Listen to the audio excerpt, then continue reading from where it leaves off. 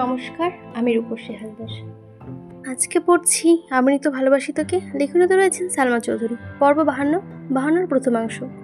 আলী আহমেদ খান গুরুভার কণ্ঠে বললেন, তোমার ফুপ্পিকে আসতে বলেছি, প্রয়োজনে আবার বলবো, কিন্তু তোমার ফুফাকে কিছু বলতে বলো না আমায়। এই একটা মানুষের জন্য আমার পরিবারটা ধ্বংস হয়ে গেছে, তাকে কখনো ক্ষমা করতে পারবো না আমি। মালিয়া খান ঠান্ডা কণ্ঠে বললেন, আর কতদিন মনের ভেতর বিদ্বেষ পুষে রাখবেন? এবার অন্তত সব কিছু ঠিক করে নিন।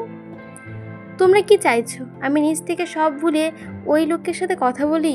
আবি তপ্ত স্বরে বলল, না, মনের বিদ্বেষ আপনাকে কিছু করতে বলছি না।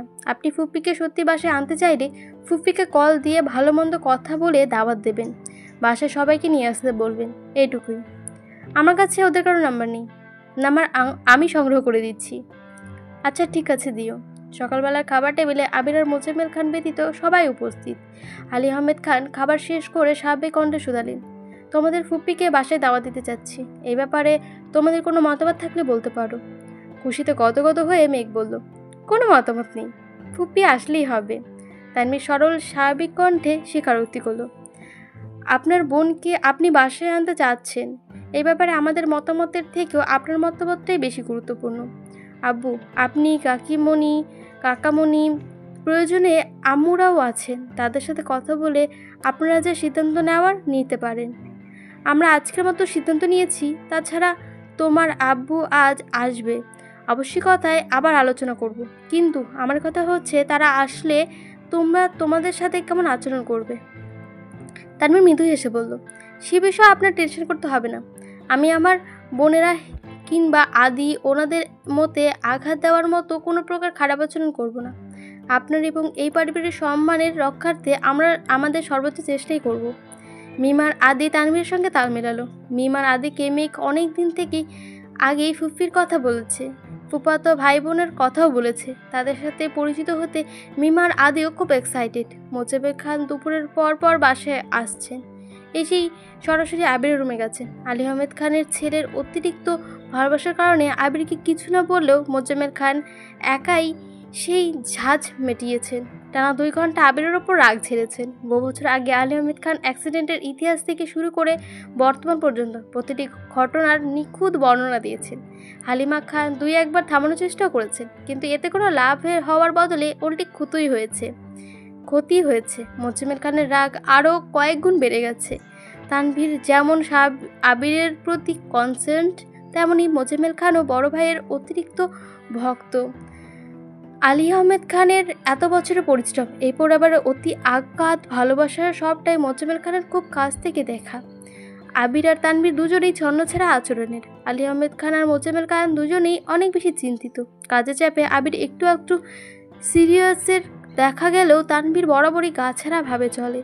তার ওপর আবির ইচ্ছাকৃত তানভীরকে আরও বেশি আগলে রাখে, যা মোজাম্মেল খানের একেবারেই পছন্দ না। আবিরের পাশাপাশি তানভীরও যদি পূর্ণ মনোযোগ দিয়ে পারিবারিক বাসপাটা সামলাতো, তাহলে এতদিনে তাদের অবস্থান আরও উপরে থাকতো। একমাত্র ছেলের প্রতি মোজাম্মেল খানের ভালোবাসা যেমন আছে, তেমনই দুশ্চিন্তার অন্ত নেই। আবির পড়াশোনায় ভালো, কাজেও খুব মনোযোগী, কিন্তু তানভীর সম্পূর্ণ উল্টো। বর্তমানে যা করতে চাইছে সে, যদি দ্বিগুণ বা থাকে, তাতেও ছেলের ভবিষ্যৎ হবে কি না সেটাও দুশ্চিন্তা করেন প্রতিনিয়ত। সব কিছু বহিঃপ্রকাশ ঘটেছে আজ আবিরের সামনে। আবির চুপচাপ মাথা নিচু করে চাচ্চু সব কথা শুনেছে। আবির চাইলেও এখন কিছু বলতে পারবে না। একটা কথা বলতে গেলে মোজাম্মেল খান আরও 10টা শোনাবেন, তার থেকে বরং চুপ থাকাই শ্রেয়। আবির নিজের মনকে বোঝাচ্ছে, আবির আর যাই করিস না কেন, শ্বশুরের সাথে কখনো তেড়ামি করিস না। আবির ধৈর্য রাখতে হবে, 2 ঘন্টা কেন 3 ঘন্টা পকলেও সহ্য করে নিতে হবে। শ্বশুরকে রাগালে বউকে আর নিজের করেও পাবি না। সো বি কেয়ারফুল আবির। এরই মধ্যে মেঘ আবিরের জন্য 1 গ্লাস দুধ নিয়ে আসছে।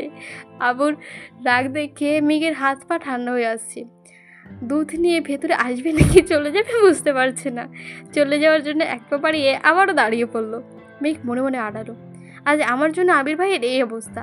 আব্বু ওনাকে বকি দিচ্ছে, আমিও তো বকা খাওয়ারই আংশিক অধিকার। মেঘ চিপ দিয়ে ঠোঁট ভিজিয়ে আবারও রুমের দিকে পা বাড়ালো। কারো উপস্থিতি বুঝতে পেরে মোজাম্মেল খান সঙ্গে সঙ্গে ঘাড় ঘুরে তাকালেন। মেঘের হাতে দুধের গ্লাস থরথর করে কাঁপছে। মেঘ অন্য হাত দিয়ে শক্ত করে গ্লাসটা ধরে রেখেছে। মোজাম্মেল খান মেঘকে দেখিয়ে একটু থামলেন। ফোঁস করে শ্বাস ছেড়ে রাগী স্বরে বললেন, তারা অ্যাক্সিডেন্ট করে একের দিন এক একজন পড়ে থাকবে, আর ঘর গোষ্ঠী সবাই মিলে তাদের সেবা করবে। করো করো, আরও বেশি করে সেবা করো। দুধের সাথে আপেল, আঙ্গুর, কলাও নিয়ে আসতা। মেঘ এক গালে হাসি লিখে বলল, সব রেডি আছে, দুধ খাওয়া শেষ হলে ওগুলো নিয়ে আসবো।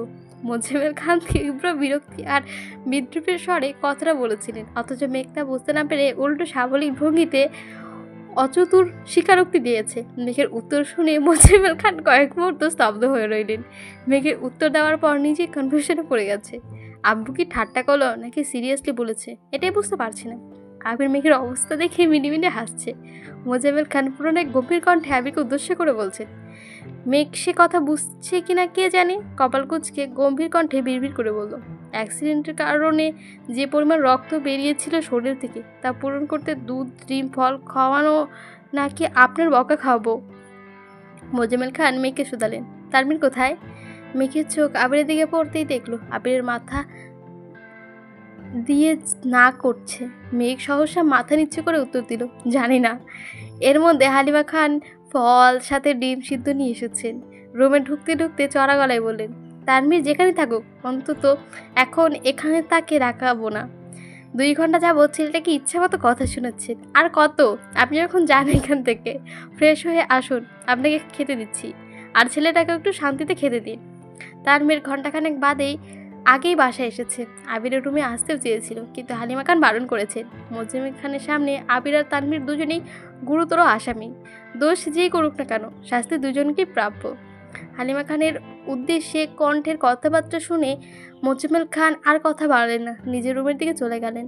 হালিমা খান আবিরের কাছে ফলের প্লেটটা রেখে মেয়েকে উদ্দেশ্য করে বললেন, তুই বরং এখানে থাক, আমি তোর আব্বুর জন্য খাবার রেডি করি। মেঘ ঘাড় কাত করে হ্যাঁ সূচক সম্মতি জানালো। মালিয়া খান চলে যেতেই আবির ফলের প্লেটের দিকে তাকালো। হিমোগ্লোবিন বাড়ানোর জন্য যে যে ফল বেশি গুরুত্বপূর্ণ সে সব ফল প্লেট ভর্তি করে এনেছেন। আবির ভাবলেশীন কণ্ঠে বলল, এত ফল এনেছিস কেন? কে খাবে? আপনি খাবেন। এত ফল খাইয়ে একদিনে আমার শরীর ঠিক করার প্ল্যান করেছিস নাকি? একদিনে না পারি, কিছুদিনেই ঠিক করে ফেলবো ইনশাআল্লাহ। আবির সুস্থির কণ্ঠে বলল, এত ফল খেতে পারবো না, যতটুকু পারবো ততটুকুই খাবো। আবির মুচকি মুচকি হাসছে। আবিরের রহস্যময় হাসি দেখে মেঘ মুচকি মুচকি হাসছে। মেঘের রহস্যময় হাসি দেখে আবির ভ্রু কুচকে নাকের ডগায় টেনে রাজভারী কণ্ঠ শোধালো, এভাবে হাসার কারণ কি? মনের ভেতর কি চলছে? মেঘের মুচকি হাসি প্রখর হলো। বেশ কিছু সময় চলল মেঘের অবাধ হাসি। আবির বিস্তীর্ণ আঁখিতে চেয়ে আছে তার কাদম্বিনী দুটি নেত্রে। আজ কতদিন পর আবিরের প্রিয়তমার অকৃত্রিম হাসি দেখতে যাচ্ছে। নেই কোনো রকম অপ্রকৃততা। দীর্ঘ সময় হাসি নিমেতে মেঘের চোখ দুটো টলমল করছে। গাঢ় কমলা রঙের একটা জামার সাথে সাদার মধ্যে হ্যান্ড প্রিন্টিং করা ওড়না মেঘের গায়ে জড়ানো। কমলা আর সাদার কম্বিনেশনে মেঘকে দেখতে অপূর্ব লাগছে। সেই সাথে ঠোঁটগুলো আজ মাত্র তিক্ত লাল দেখাচ্ছে। চোখের নিচে কাজল কিছুটা লেপটে আছে। নিরবধি হাসির কারণে ঘামে চিকচিক করছে নাকের ডগা। কোনো রমণীর প্রেমের পড়ার জন্য সবচেয়ে বড় কারণ বোধ হয় আর কিছুই হয় না। মুগ্ধতার আবিরের 2 চোখ আটকে আছে। নিঃশ্বাস ভারী হয়ে আসছে। বাস্তবতা আর কল্পনা গুলিয়ে যাচ্ছে। মেঘ চেষ্টা করেও নিজের হাসি থামাতে ব্যর্থ হচ্ছে। দিশাভিসা না পেয়ে বাধ্য হয়ে নিজের হাতে নিজের মুখ চেপে ধরে হাসি থামানোর চেষ্টা করলো। আবির তখনও নিরেক দৃষ্টিতে চেয়েই আছে। দৃষ্টির গভীরতা জুড়েই অবিশ্রান্ত ভালোবাসার সুবাস। মেঘের মোহমায়ার জর্জরিত আবিরের হৃদয়। মেঘ হাসি নামিয়ে আবিরের দিকে তাকাতেই আবির ভ্রু জোড়া করল। মেঘ ঠোঁট বাঁকিয়ে মৃদু স্বরে বলল, আপনি এগুলো খাওয়া শুরু করুন, আমি আসছি। কোথায় যাচ্ছিস? আসতেছি এখনই। মেঘ কিছুক্ষণের মধ্যেই 2টা প্লেটে হাতে ভর্তি করে নিয়ে ফিরে আসলো। 1 প্লেট ভর্তি ফল, আরেক প্লেটে 1 হালি ডিম সিদ্ধ। মেঘ ঠোঁটে হাসি রেখে 2টো প্লেট আবিরের সামনে রাখতে আবির বিস্ময় খেয়ে উঠল। কাঁচতে কাঁচতে আবিরের অবস্থা খারাপ হয়ে যাচ্ছে। অলরেডি আবিরের সামনে 1 হালি ডিম, 1 প্লেট ভর্তি ফল, তার উপর মেঘের আরও 1 হালি ডিম, 1 প্লেট ফল নিয়ে এসেছে। আবির কাঁচতে কাঁচতে বলল, এসবের মানে কি? মেঘ হেসে বলল, এই সবগুলো আপনি এখন খেয়ে শেষ করবেন, আর কোনো কথা আমি শুনতে চাই না। আবির বিপুল চোখে মেঘের দিকে তাকিয়ে আছে। মেঘের যত্ন দেখতে মনে হচ্ছে একদিনের আবিরকে পুরোপুরি সুস্থ করে ফেলবে সে। শরীর থেকে যে পরিমাণ রক্ত বের হয়েছে তা একদিনই পূরণ করে ছাড়বে। আবির মেঘের দিকে তাকিয়ে 1 গ্লাস দুধ, 1 হালি ডিম আর 1 প্লেট ফল কোনো রকমে খেয়ে শেষ করলো। মেঘ সূক্ষ্ম নেত্রে আবির কি পরখ করছে। খাওয়াতে কোনো প্রকার গফিলতি যেন সে দেখতে পারবে না। আবির দীর্ঘশ্বাস ছেড়ে বলল, ম্যাম, আমি কি একটু রেস্ট নিতে পারবো? বেশি কষ্ট হচ্ছে? একটু, তবে আপনি বললে শেষ করে ফেলবো। থাক, পরে খেয়ে নিন। এখন আমি আসছি। আবির উদাসীন কণ্ঠে বলল, আচ্ছা। আলী আহমেদ খান বাসায় ফিরেই আবিরের থেকে নাম্বার নিয়ে গেছেন। মোজাম্মেল খান সহ বাকিদের সাথে কথা বলে অবশেষে মাহমুদা খানের নাম্বারে কল দিলেন। মাহমুদা খানের ফোনে অলরেডি আলী আহমেদ খানের নাম্বার ভাইজান লিখে সেভ করা, তাই চিনতে অসুবিধা হয়নি তার। কল দেওয়ার পরই প্রথমে কল রিসিভ হলো। মাহমুদা খান কণ্ঠ খাদে নামিয়ে ধীর কণ্ঠে বললেন, আসসালামু আলাইকুম ভাইজান। ওয়ালাইকুম আসসালাম। কেমন আছিস? আলহামদুলিল্লাহ ভালো। তুমি কেমন আছো? আলহামদুলিল্লাহ। কোথায় আছিস? বাসায়। আবির কেমন আছেন? আগের থেকে কিছুটা সুস্থ। ভাবিরা কেমন আছে? বাকি সবাই কেমন আছে? আলহামদুলিল্লাহ ভালো। যে কারণে তোকে ফোন দেওয়া, আগামীকাল তোদের বাসায় সবাইকে আমাদের বাসায় দাওয়াত। সবাইকে নিয়ে সকাল সকাল চলে আসিস। আমার যেন দ্বিতীয়বার ফোন করতে না হয়। ঠিক আছে ভাইজান। মাহমুদা খান ফোন রেখে ফুফিয়ে ফুফিয়ে কাঁদতে শুরু করলেন। আইরিন আর আরিফ ও মায়ের সাথে সাথে কাঁদছে। জন্মের পর থেকে মাকে দেখে এসেছে ভাইদের জন্য সবসময় কান্না করতে। ঈদ কিংবা কোনো উৎসব আসতেই তাদের মায়ের চোখে জল দেখেছে। 28 বছর পর খান বাড়িতে ঢোকার অনুমতি পেয়েছেন। সেই খুশিতে নিজের কান্না আটকে রাখতে পারছেন না। আলী আহমেদ খানের রাগ এত সহজে কমে যাবে এটা কেউ কল্পনাতে করতে পারেনি। আবিরও ভেবেছিল অন্তত 1 থেকে 2 বছর চেষ্টা করলে হয়তো আব্বুর রাগ নিয়ন্ত্রণে আনা সম্ভব হবে, কিন্তু বোনকে প্রথম দেখাতেই উনি সবাইকে ডেকে জানিয়ে দেবে এটা কেউই ভাবেনি। আজ সকাল থেকে খানবাড়ির আনন্দমহলে কাজের ধুম পড়েছে। 2 জন হেল্পিং হ্যান্ড, বাড়ির 3 জন কর্তীসহ মেঘ, মিম আদি কাজে ব্যস্ত। মেঘ কাজের ফাঁকে ফাঁকে আবিরকে দেখে আসে। আবিরের হাতে অনেকটাই ঠিক হয়ে গেছে, তবে পায়ের ব্যথাটা এখনও অনেক বেশি। আজ 3 ভাই একসঙ্গে বাজার করতে বেরিয়েছে। বোনের পছন্দ মতো মাছ থেকে শুরু করে সবজি, অন্যান্য প্রয়োজনীয় জিনিস নিয়ে এসেছে। মিম মেঘ মিলে চুপি চুপি একটা বরণডালও সাজিয়েছে, যেটা মিমের রুমে লুকিয়ে রেখেছে। আবির সুযোগ মতো মেঘকে ডেকে ঠান্ডা মাথায় সব বুঝিয়ে দিয়েছে। মেঘ যেন কোনো প্রকার উচ্ছৃঙ্খলা আচরণ না করে। আব্বু চাচুর প্রতি আবিরের বিন্দু পরিমাণ বিশ্বাস নেই। মেঘকে না আটকালে কখন কোনো অঘটন ঘটাবে তার আশঙ্কাই আছে। মেঘকে প্রোটেক্ট করতে আজ আবিরের সামনে থাকতে পারবে না। তানভীর কোথায় কখন কোন কাজে ব্যস্ত হয়ে থাকবে তা বলা যায় না। যদি ফুফির সামনে ফুফাকে দেখে আবিরের আব্বুর মাথা গরম হয়ে যায়, তাহলে এই সব ধ্বংস হয়ে যাবে। আবিরই বলেছিল ফুফিকে বাসায় আনার কথা, কারণ এখন আবিরের সুস্থতার কারণে আলী আহমেদ খানের মন এমনিতেই খুব নরম। অমতা অবস্থায় ফুফিকে না আনতে পারলে পরবর্তীতে আনার সুযোগ হবে কিনা জানা নেই। প্রায় 12টার দিকে ফুফিরা বাসায় এসেছেন। মেঘ নিচে থেকে চিৎকার করে মিমকে ডাকছে, অথচ মিম রুমে সাজুগুজু করতেই ব্যস্ত। মাহমুদা খান, ওনার হাজবেন্ড, আইরিন, আসিফ, জান্নাত সব এসেছে। আসিফ গতকালই দেশে ফিরেছে। আব্বিরদের সারপ্রাইজ দিতে ভেবেই কিছু জানায়নি। মিম বরণডালা নিয়ে আসতে না দেখে মেঘও ডাকাটাকে বন্ধ করে দিয়েছে। বাসায় ঢুকেই সবাই আবিরকে দেখার জন্য আবিরের রুমে চলে গেছে। মেঘ গ্লাস নিয়ে আবিরের রুমে যাচ্ছে। এরকম সময় মিম ওপর থেকে ব্যালকনি থেকে ডেকে জিজ্ঞাসা করলো, আপু, ওনারা কোথায়? মেঘ রুষ্ট কণ্ঠে বলল, ওনারা চলে এসেছে। মেঘ আবিরের রুমে চলে গেছে। মিম কি বুঝলো না কে জানে, দ্রুত রুমে চলে গেল। সহসা এক হাতে বরণডালা নিয়ে অন্য হাতে পা অবধি ঢাকা লং ড্রেসের এক পাশ উঁচিয়ে ছুটছে। মিমের পরনে গাঢ় জলপাই রঙের একটা গ্রাউন্ড ড্রেস, এক পাশে ওর নাম স্লিপ প্লেন দিয়ে আটকানো, স্টেপ চুলগুলো কাঠের ওপর পর্যন্ত বিছানো। মেঘ নিজের মিমের চোখে আইলাইনার আর কাজল দিয়ে দিয়েছে। মিম ঠোঁটে রঞ্জকও লাগিয়েছে। মিমের এক হাতে কালো ফিতার ঘড়ি, অন্য হাতে কতগুলো ছুরি। এক পায়ে পায়ের আছে পুতুলওয়ালা নরম তুলতুলে স্যান্ডেল পরনে।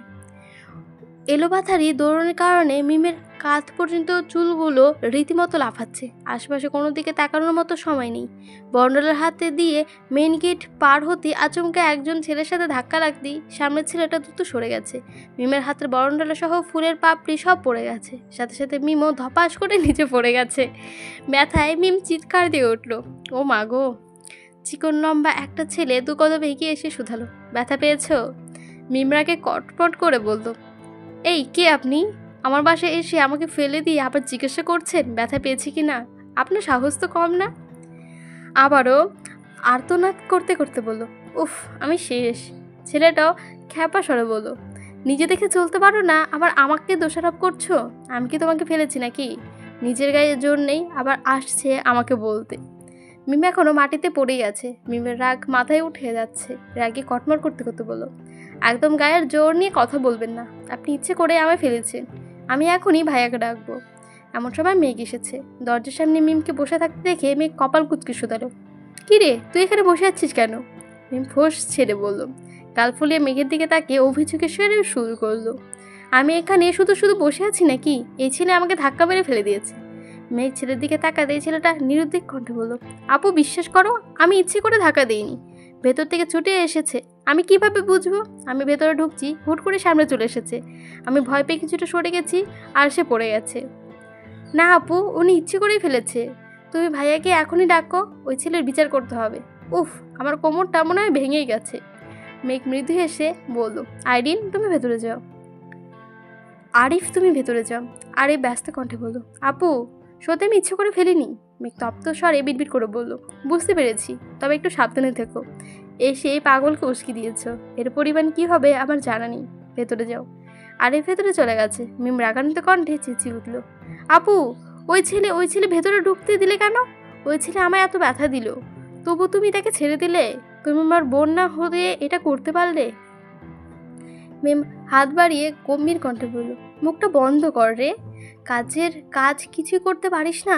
তখন চেঁচালাম, ডাকলাম বরণডারা নিয়ে আসতে, নামলি না কেন তুই? ওরা সবাই ভেতরে চলে গেছে। এতক্ষণে তোর খবর হয়েছে? মন্ডল তো হলোই না, বরং শুধু শুধু কোমরে ব্যথা পেয়েছিস, সাথে ড্রেসটাও নষ্ট করেছিস। মেঘের হাত ধরে কোনো রকমে উঠলো, ঠিকমতো দাঁড়াতেও পারছে না। মিমের হাতটা শক্ত করে ধরে বলল, পাটা শক্ত করে ঝাড়া দে, দেখবি ঠিক হয়ে গেছে। মেঘের কথার মতো মিম 2-3 বার চেষ্টা করলো। কিছুটা ঠিক হওয়ার পর মেঘকে ধরে ধরে ভেতরে ঢুকলো। আবিরের রুমে দরজার সামনে আসতেই আকলিমা খান শুধালেন, কী রে, কী হলো তোর? মিম রাগে বলতে শুরু করলো, এই ছে মেঘ তাড়াতাড়ি মিমের মুখ চেপে ধরে স্বাভাবিক কণ্ঠে বলল, এমনি ব্যথা পেয়েছে। আকলিমা খান পুনরায় বললেন, সারাদিন উল্টাপাল্টা দৌড়াবি, ব্যথা তো পাবি। বেশি ব্যথা পেয়েছিস? সিরিয়াস আলোচনায় মিমের ব্যথাটা আলোচনার মন ঘুরিয়ে ফেলেছে। আবির তীক্ষ্ণ দৃষ্টিতে মেঘের দিকে তাকিয়ে আছে। মেঘ পরিস্থিতি বুঝতে পেরে তড়িঘড়ি করে বলল, আরে বেশি কিছু হয়নি, আমি এখনই ওষুধ দিয়ে দিচ্ছি, তোমার কথা বলো। মেঘ মিমকে নিয়ে সেখান থেকে চলে গেছে। আবিরের রুমে আলী আহমেদ খান ব্যতীত সবাই উপস্থিত। আলী আহমেদ খান নিজের রুমে বসে আছে। বোনের প্রতি ক্রোধ কিছুটা কমলেও বোনের হাজব্যান্ডকে তিনি কখনো মন থেকে মেনে নিতে পারছেন না, তাই সামনে আসছেন না। মোজাম্মেল খান, মালিয়া খান, হালিমা খান আলোচনা করে মাহমুদা খান আর ওনার হাজব্যান্ডকে আলী আহমেদ খানের রুমে পাঠাচ্ছেন। 28 থেকে 30 বছরে গড়ে ওঠা অদম্য অন্তরাল ভাঙতে মাহমুদা খান এবং ওনার হাজব্যান্ড প্রয়োজনে আলী আহমেদ খানের পা ধরতেও রাজি। পর্বটা এখানে শেষ হয়ে আছে। কেমন হয়েছে অবশ্যই জানাবেন। ভালো লাগলে অবশ্যই লাইক করুন, সাবস্ক্রাইব করে দেবেন। আসছি আজকে, ধন্যবাদ।